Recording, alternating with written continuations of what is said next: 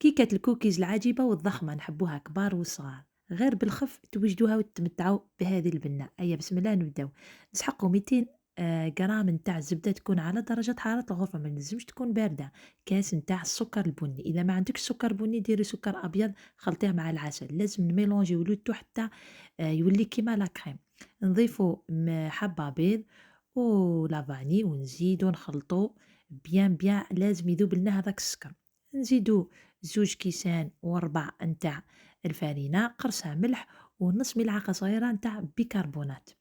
وهنا نلمو ما نعجنوش العجينة ونضيفو الشوكولا نزيدو ندخلو هذيك الشوكولا مليح. نزيدو المول نتاعنا اللي قطر نتاعو 24 سنتيمتر، نحطوا له بابي كويسون لا دهنوه بالزيت. هنا نمشيو هذيك العجينة نص برك، نمشيوها ونطلعوها شوية في الجوانب، نحطوا لها صوص شوكولا اللي عندكم في الدار، تارتيني أنا درت نوتيلا. وهنا سخنتها شوية باش نقدر نمشيها بيان. والجزء الآخر نحلوه هنايا في البابي كويسون باش يسهلنا العملية، ونحطوه ديريكتومون من الفوق.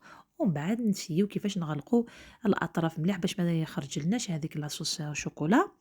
ونزيدو لها دي بيبيتو شوكولا من الفوق، نشعلو الفرن تاعنا على 160 درجة، نحطوها 30 دقيقة وراهي واجدة. وإن شاء الله عجبتكم الوصفة، نصحكم تاكلوا غير مرصوص صغيور باسكو حلوة بزاف بزاف. أيا نتلاقاو في وصفة واحدة أخرى، إلى ذلكم الحين تهلاو لي في رواحكم، باي باي.